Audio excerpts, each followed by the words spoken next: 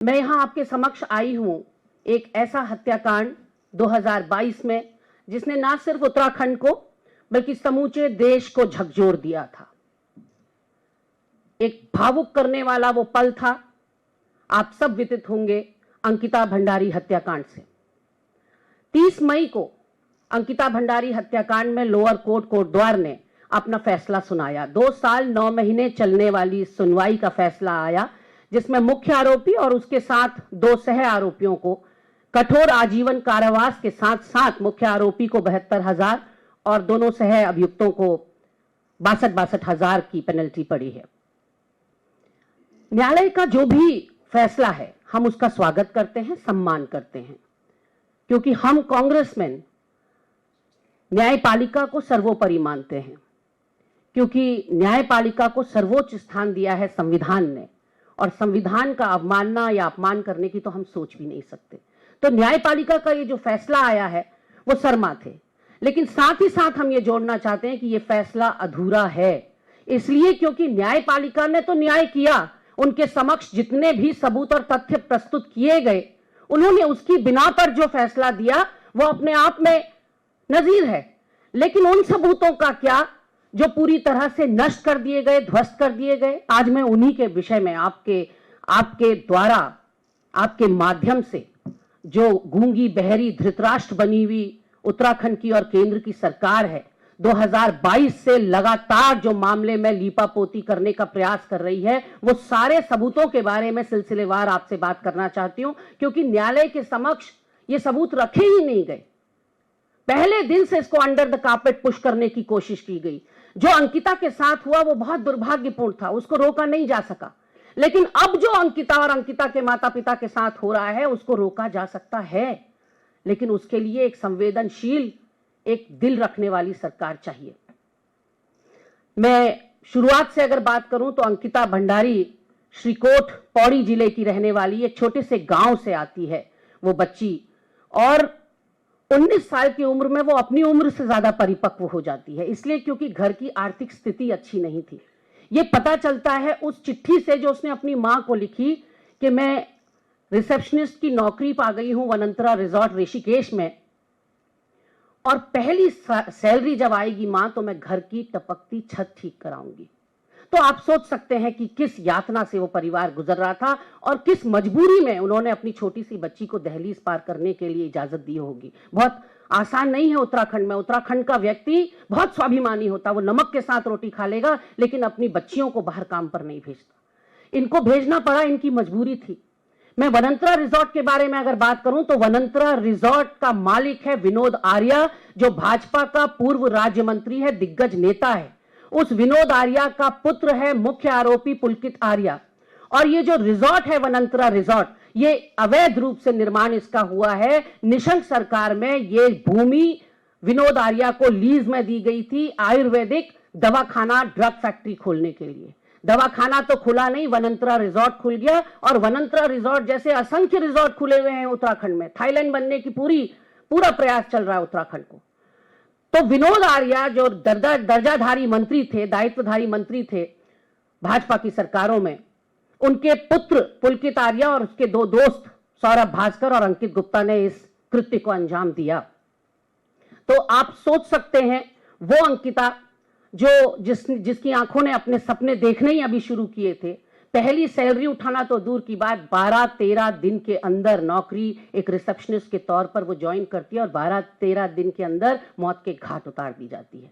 ये सिलसिला शुरू हुआ 18 सितंबर को, जब मिसिंग हुई, अंकिता लापता हुई रहस्यमय तरीके से, और 19 तारीख को भी उसके पिता पटवारी के पास, जो कि रेवेन्यू के सब इंस्पेक्टर होते हैं, पटवारी के पास गुमशुदगी की रिपोर्ट लिखाने जाते हैं। पटवारी बेरंग वापस लौटा देता है। 20 को फिर रिपोर्ट लिखाने जाते हैं और 20 को रेवेन्यू पुलिस ये मामला अपने पास लेती है। 20 और 21 को ये मामला रेवेन्यू पुलिस के पास रहता है, 22 को ये रेगुलर पुलिस को दे दिया जाता है। और बहुत सारे खुलासे अंकिता के व्हाट्सएप चैट से मिलते हैं, जहां 17 सितंबर को, यानी कि गायब होने के एक दिन पहले, वो अपने एक दोस्त पुष्प को लिखती है कि यहां तो देह व्यापार होता है, मैं तो गलत जगह फंस गई, और ये मुझसे किसी तथाकथित वीआईपी को एक्स्ट्रा सर्विस देने के नाम पर मुझ पर दबाव डाल रहे हैं और 10,000 रुपया मुझे उसके लिए पेशकश कर रहे हैं। और वो ये भी लिखती है कि मैं घुटने नहीं टेकूंगी, मैं इस दबाव के आगे नहीं झुकूंगी, मैं ये काम करने, ये गंदा काम करने यहां नहीं आई थी। तो ये सारी बातों का खुलासा उसकी व्हाट्सएप चैट से होता है। तो 18 को वो गायब होती है, 19 को पिता को लौटा दिया जाता है, 20 को रेवेन्यू पुलिस, 22 को रेगुलर पुलिस, 24 को यानी कि 6 दिन बाद अंकिता का शव मिलता है चीला नहर से। उसको नहर में फेंक दिया गया था। 6 दिन बाद शव मिलता है, लेकिन आप सुनकर हतप्रभ रह जाएंगे। 23 सितंबर को रात 9-10 बजे वहां की यमकेश्वर की स्थानीय विधायक रेणु बिष्ट अपनी अगुवाई में, वो फेसबुक लाइव में साफ दिखाई पड़ रही है और मैं अंत में आपको वीडियो सुनाऊंगी रेणु बिष्ट का, जिसमें वो स्वीकार कर रही हैं कि उनको बुलडोजर चलाने का आदेश मुख्यमंत्री पुष्कर सिंह धामी से मिला है।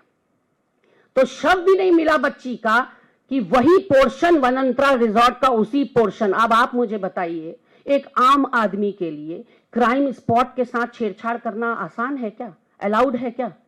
क्या यह जघन्य अपराध नहीं है कि जो सील हो गया हो, जहां क्राइम हुआ हो, जहां बच्ची की हत्या हुई हो, उसके साथ दुष्कर्म हुआ हो, उसके साथ छेड़खानी तो छोड़िए, उतना ही पोर्शन जितने में वो रहती थी, उस पोर्शन को बुलडोजर से मैडम एमएलए साहब डिस्ट्रॉय कर देती हैं अपनी प्रेजेंस में, अपनी उपस्थिति में, और उसके बाद धन्यवाद ज्ञापित करती हैं, एक वीडियो रिलीज करती हैं धन्यवाद करने का। वो वीडियो मैं अंत में सुनाऊंगी क्योंकि उससे क्रम टूटता है। और यह है मुख्यमंत्री पुष्कर सिंह धामी जी का 24 तारीख का सुबह 9 बजे किया हुआ ट्वीट। मैं इसको कोट अनकोट करके आपको सुनाना चाहती हूं।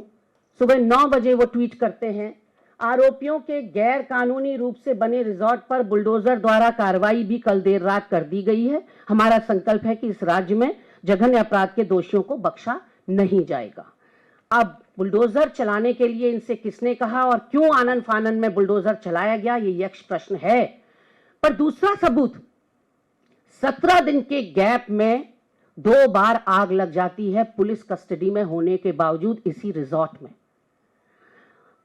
अंकिता भंडारी का जो बिस्तर था जिसमें वो सोती थी, उस बिस्तर को स्विमिंग पूल में डाल दिया गया ताकि फोरेंसिक जांच में कुछ निकल कर ना आए।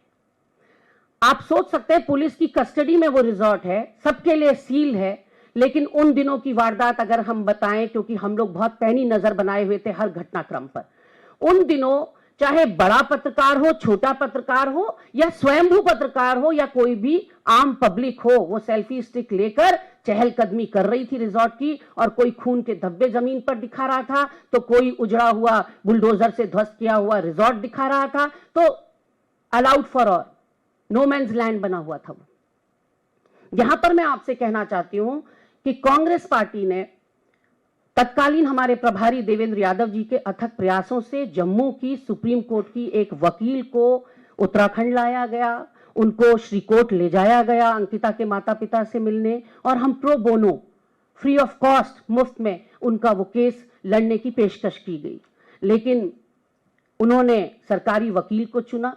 कुछ महीनों बाद ही उनको अपनी गलती का एहसास हुआ और उन्होंने वकील बदलवाने के लिए अर्जी लिखी मुख्यमंत्री जी को कि ये जितेंद्र रावत जी आपने दे रखे हैं, लेकिन ये तो हमारा केस वीक कर रहे हैं, ये तो आरोपियों की तरफ से ज्यादा बोलते हैं और हमारे केस को कमजोर कर रहे हैं। खैर 1 महीने बाद उनको बदल के वकील दिया गया, अवनीश नेगी जी दिए गए। सुसाइड की तक धमकी दी माता पिता ने कि सीबीआई में मामला दीजिए, नहीं तो हम आत्महत्या कर लेंगे। लेकिन ये सीबीआई को दिया जा सकता था। आपने देखा कलकत्ता का वो फेमस डॉक्टर की हत्या वाला केस 2 या 3 दिन के अंदर सीबीआई के पास केस चला गया। लेकिन हमारे वहां जिस केस ने पूरे देश को हिला दिया, झकझोर दिया अंदर तक, उसमें ना सीबीआई की जांच की संस्तुति की गई और ना फास्ट ट्रैक कोर्ट में मामला चला। 2 साल 9 महीने तो ये अभी लोअर कोर्ट में चला है। अब माता ने ठानी है अंकिता की कि मैं हाई कोर्ट का दरवाजा खटखटाऊंगी क्योंकि मुझे फांसी चाहिए। ये हैवानियत भरा जो कृत्य इन्होंने मेरी बेटी के साथ किया, मुझे फांसी का फंदा चाहिए इनके लिए, इसलिए मैं हाई कोर्ट जाऊंगी। तो सोच सकते हैं आप वो यातना जिससे वो परिवार गुजरा है। उसके पिता ने मीडिया से कहा कि 3 गाड़ियां बदलकर मैं हर तारीख में आता था कोर्ट द्वार, हर तारीख में माता पिता उपस्थित होते थे और अपने छोटे से गांव से वो 3 गाड़ियां बदल कर आते थे। आर्थिक स्थिति की मैंने आपको चिट्ठा बता ही दिया कि जो बेटी अपनी माँ से कह रही है घर की टपकती छत ठीक करवाऊंगी पहली सैलरी से, तो उनकी क्या आर्थिक स्थिति होगी। जीर्ण शीर्ण हो चुके हैं माता पिता, रोते रोते आंखें पथरा गई हैं।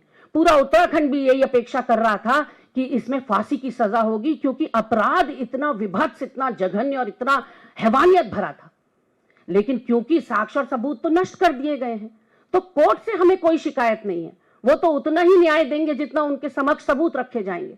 लेकिन यदि सीबीआई में मामला जाता तो दूध का दूध पानी का पानी होता। उस समय के डीजीपी ने भी अपने ट्वीट पर लिखा कि आदरणीय मुख्यमंत्री जी के आदेश पर बुलडोजर चला दिया गया है। 12 घंटे के बाद चाहे डीजीपी साहब ने वो ट्वीट डिलीट कर दिया। और तो और आप सोचिए कि अंकिता का जो पोस्टमार्टम कर रही थी जो टीम, 5 डॉक्टर्स की टीम थी, एक भी महिला डॉक्टर नहीं थी। और 6 दिन बाद शव मिलता है तो प्रत्यक्षदर्शियों का कहना है न बॉडी फूली हुई थी, न वाटर बॉडीज के द्वारा नोची खसोटी गई थी। आपको पता ही है अगर पानी में कोई बॉडी रहेगी तो नेचुरली कहीं तो खरोच, कहीं तो कोई नुकसान देह को आएगा, चमड़ी को आएगा, लेकिन नहीं, बॉडी जस की तस थी। तो ये भी विशेषज्ञों का कहना है कि 6 दिन बॉडी पानी में थी या नहीं, इस पर भी संशय है।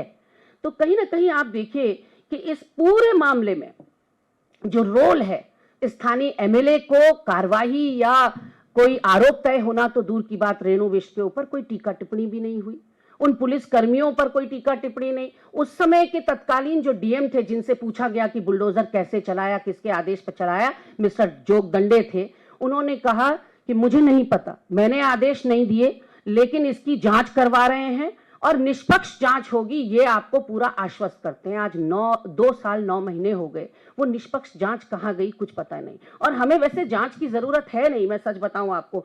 सवाल मैं सिर्फ आपसे ये पूछना चाहती हूं कि क्या ये सब लोग कानून से ऊपर हैं कि ये क्राइम स्पॉट के साथ खिलवाड़ कर सकते हैं? और आप देखिए कितनी प्रचार के लिए भूखी है ये भाजपा, कि उधर फैसला आया भी नहीं था कि धाकड़ धामी के पेज से ये पोस्टर लॉन्च हो जाता है, जिसमें कि पूरा का पूरा श्रेय धामी जी को दे दिया जाता है इस कठोर आजीवन कारावास के लिए। और झूठ का पुलिंदा है ये पोस्टर, क्योंकि इसकी पहली लाइन कहती है घटना के 24 घंटे के भीतर आरोपियों को भेज दिया गया जेल, जो कि खालिस झूठ है। 18 को लापता होती है बच्ची और 23 सितंबर को 6 दिन बाद वो गिरफ्तार होते हैं। इसमें कहा गया है कि परिजनों की मांग पर 3 बार बदले गए सरकारी वकील, नहीं, सिर्फ एक बार जितेंद्र रावत बदल के अवनीश नेगी दिए गए। और यह कहा गया है कि दिवंगत बेटी के भाई और पिता को दी गई सरकारी नौकरी। और आप सोचिए कि इस पोस्टर रिलीज के 6 घंटे के भीतर अंकिता के पिता ने वीडियो रिलीज किया है, जिसमें उन्होंने पूछा है, धामी जी मेरी किस विभाग में नौकरी है, मुझे तो बता देते। तो इतने बड़े बड़े झूठ आप अपने मुख्यमंत्री के पेज से चला रहे हैं और प्रचार के इतने भूखे हैं कि एक तरफ बच्ची के साथ न्याय हुआ नहीं कि आप उस प्रचार को नोचने खसोटने पहुंच गए। अभी अलका मैम बोल रही थी और मेरा गला सूख रहा था उन डाटाओं से, और बिल्कुल सही बात है, अक्षरशः शब्दशः मैं इस बात से सहमत हूं कि आज बेटी बचाओ बेटी पढ़ाओ नारा नहीं रह गया, उसकी कोई सार्थकता नहीं रह गई। आज तो भाजपाइयों से बेटी बचाओ ये नारा ज्यादा सार्थक हो गया। इन्होंने पूरे देश की बात करी, मैं अपने उत्तराखंड की आपको बात बताती हूं। एनसीआरबी कहता है 9 हिमालयी राज्यों में उत्तराखंड महिला अपराध में सर्वोपरि है, नंबर 1 है। उसके अलावा 6 महीने की अगर मैं घटनाएं आपको बताऊं, मात्र पिछले 6 महीने की बता रही हूं। चंपावत का भाजपा का मंडल अध्यक्ष कमल रावत नाबालिग के साथ खेतों में छेड़छाड़, दुष्कर्म, जेल के अंदर है। सल्ट का मंडल अध्यक्ष भगत सिंह बोरा जेल के अंदर है, फिर नाबालिग के साथ दुष्कर्म। इनका दुग्ध संघ का लाल कुआं का अध्यक्ष दिग्गज नेता भाजपा का मुकेश बोरा विधवा मां और उसकी 12 साल की बच्ची के साथ सेक्सुअल मॉलेस्टेशन और हैरेसमेंट के केस में पॉक्सो एक्ट में जेल के अंदर बंद है। और तो और आप सोचिए, उससे दुग्ध संघ का वो कार्यभार तक वापस नहीं लिया गया, वो जेल के अंदर बोर्ड मीटिंग कर रहा है। क्या छाती पर बीतती होगी उस विधवा मां की और उस बच्ची की, जो अपने आरोपी को जेल के अंदर ये वीआईपी सुविधा मिलते हुए देख रहे हैं कि वो बोर्ड मीटिंग कर रहे हैं एज दुग्ध संघ अध्यक्ष।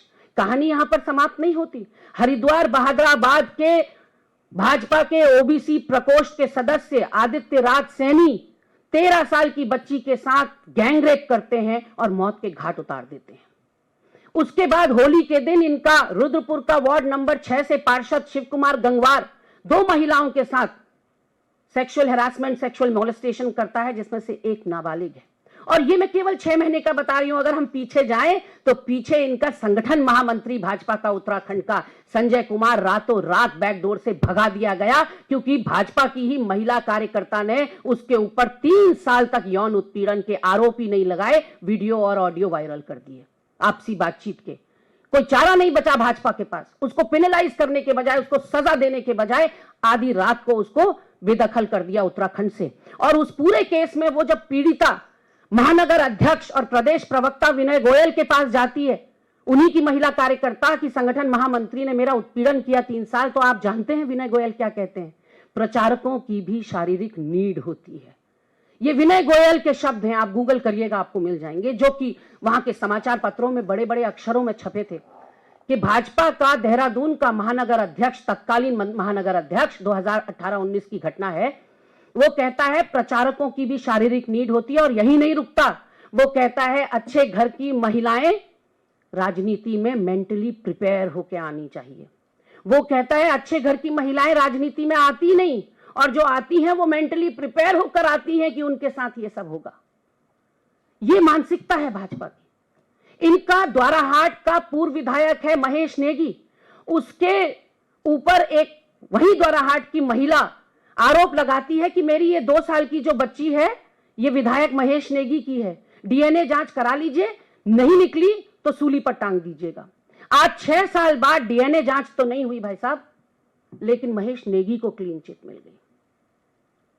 ये हालात हैं उत्तराखंड के। इसीलिए मैंने कहा कि इनकी बात से मैं अक्षरशः सहमत हूं कि आज बेटी बचाओ बेटी पढ़ाओ नहीं, आज भाजपाइयों से बेटियां बचाने की जरूरत है। क्योंकि उत्तराखंड में तो ये जो दुष्कर्म और बलात्कार तो छोड़िए, किसी तरह का कोई अपराध हो रहा हो उसमें संलिप्तता डबल इंजन वाली धाकड़ धामी की सरकार की जरूर, कार्यकर्ताओं की जरूर है। चाहे भ्रष्टाचार हो रहा हो, चाहे भर्ती घोटाले हो रहे हो, चाहे बलात्कार हो रहे हो, चाहे नाबालिगों के साथ दुष्कर्म हो रहा हो, हर जगह भाजपा व्याप्त है। घर घर भाजपा, शायद इसी का मतलब था नारे का मतलब।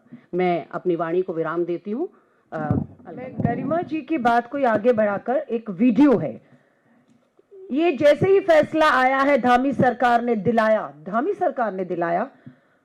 29 सितंबर 2023 का वीडियो है। 29 सितंबर 2023, लगभग 2 साल पहले का ये वीडियो है। आप देखिएगा इस वीडियो में, ये हमारी ज्योति रुतेला जी उत्तराखंड महिला कांग्रेस की अध्यक्ष हैं। इन्होंने पूरी महिला कांग्रेस के साथ 29 सितंबर 2023 को अपने केश, अपने बाल, एक महिला के लिए ये छोटी बात नहीं होती, अपने पूरे मुंडन करवाए। पूरी तरह से इस मामले को जो सरकार दबा रही थी, वो सरकार उस मामले को दबाए ना, ज्योति रुतेला जी और पूरी महिला कांग्रेस ने अपना सर मुंडवाया। और तब जाकर, माफी चाहूंगी, मीडिया को सबको लगा कि ये कुछ दिखाने लायक है, इसको थोड़ा दिखाया जाना चाहिए। और उस मामले में 2 साल तक पुलिस की लाठी, जो 2 साल आंदोलन चला, इनके पेट तक में पुलिस ने 2 साल लगातार आंदोलन छोड़ा नहीं। और आज की ये तस्वीर है, ये अपराधी पकड़ा जाता है बेशर्मी के साथ। देखिए, मुस्कुराते हुए धामी जी कह रहे हैं न्याय दिलाया। ये आपके भाजपा का नेता का बेटा, जिसे आप कहते हैं दोषी करार दिया है, वो मुस्कुराते हुए, हाथ हिलाते हुए जेल जा रहा है। और क्यों? क्योंकि उसे पता है जिस तरह से मुजफ्फरपुर का ब्रिजेश ठाकुर उम्र कैद की सजा के बाद आज सब बरी कर दिए गए, जिस तरह से बिल्किस बानो के अपराधियों को आप बाहर ले आए, लड्डू खिलाए, हाथ डाले, उसी तरह इन्हें भी विश्वास है, जो मुस्कुराते हुए जेल में जा रहा है आज अपराधी, कि हम भी बाहर आ जाएंगे और हमारा कोई कुछ नहीं बिगाड़ पाएगा। ये एक दबाव है राजनीति का, जिसके तहत हमें जेल जाना पड़ रहा है। तो इसीलिए ये काफी नहीं है। काफी क्या है? काफी फांसी है। सांसें रोकनी होंगी इनकी। इन अपराधियों को फांसी के तख्तों पर जब तक झुलाकर इनकी सांसें नहीं रोकी जाएंगी, हमारी नाबालिग बेटियां इसी तरह शिकार होती रहेंगी। आपके सवालों का आधे मिनट का 2 वीडियो आपको सुनाना चाहती हूं, जिसमें कि विधायक रेणु बिष्ट खुद कह रही हैं कि मुझे मुख्यमंत्री के आदेश थे ध्वस्त करने के। मैं माननीय मुख्यमंत्री जी के पास गई और मैंने यहाँ की घटना से अवगत कराया कि वहाँ पे जनता कितनी रोष में है और उनके साथ क्या अन्याय हुआ है, उनको न्याय चाहिए। और जिस तरह से उस अंकिता भंडारी के साथ इस रिसोर्ट में, अवैध रिसोर्ट में वो घटना घटी गई है, उसको मैंने कहा तुरंत गिराने के लिए उसको यहाँ पे बुलडोजर चलाया जाए, ताकि यहाँ से दोबारा से जो आगे भी कोई इस तरह की कृत्य करने की सोचेगा, इस तरह गुनाह करने का सोचेगा, 100 बार सोचेगा कि हमें ऐसा करने से क्या मिलेगा। तो मैं आप सभी लोगों को मैं धन्यवाद देना चाहती हूँ, जो लोग यहाँ पे भी आए और उन्होंने सबने सहयोग दिया। और माननीय मुख्यमंत्री जी का सबसे ज्यादा मैं माननीय मुख्यमंत्री का देती हूँ कि जिन्होंने तुरंत संज्ञान में लिया, इसके आदेश ध्वस्त करने के आदेश दिए। लेकिन क्या ये सब कुछ बिना पुलिस अब आप सोचिए कि क्रिस्टल क्लियर है। और मैं एक वीडियो मैम आपकी परमिशन से और चलाऊंगी जो उनके पिता ने रिलीज किया है इस पोस्टर के बाद कि मेरी सरकारी नौकरी कहाँ लगी है। जय मां ज्वालपा देवी मंदिर से कर रहे हैं। मैं आया और देखा भी है कि कुछ जो भारतीय जनता पार्टी के कार्यकर्ता और मीडिया के लोग हैं वो ये आभार चला रहे हैं कि मुख्यमंत्री जी ने अंकिता भंडारी के पिता और भाई को सरकारी नौकरी दे दिया था। और मैं मुख्यमंत्री जी से कहना चाहता हूँ कि आपने मेरे लड़के को सरकारी नौकरी दी तो किस विभाग में दी, और अंकिता भंडारी के पिता को सरकारी नौकरी दी तो किस विभाग में दी। ये अंकिता भंडारी के पिता स्वयं पूछ रहे हैं कि मुझे नौकरी किस विभाग में मिली है बताइए, जो आप ये झूठा चला रहे हैं अपने पेज पे।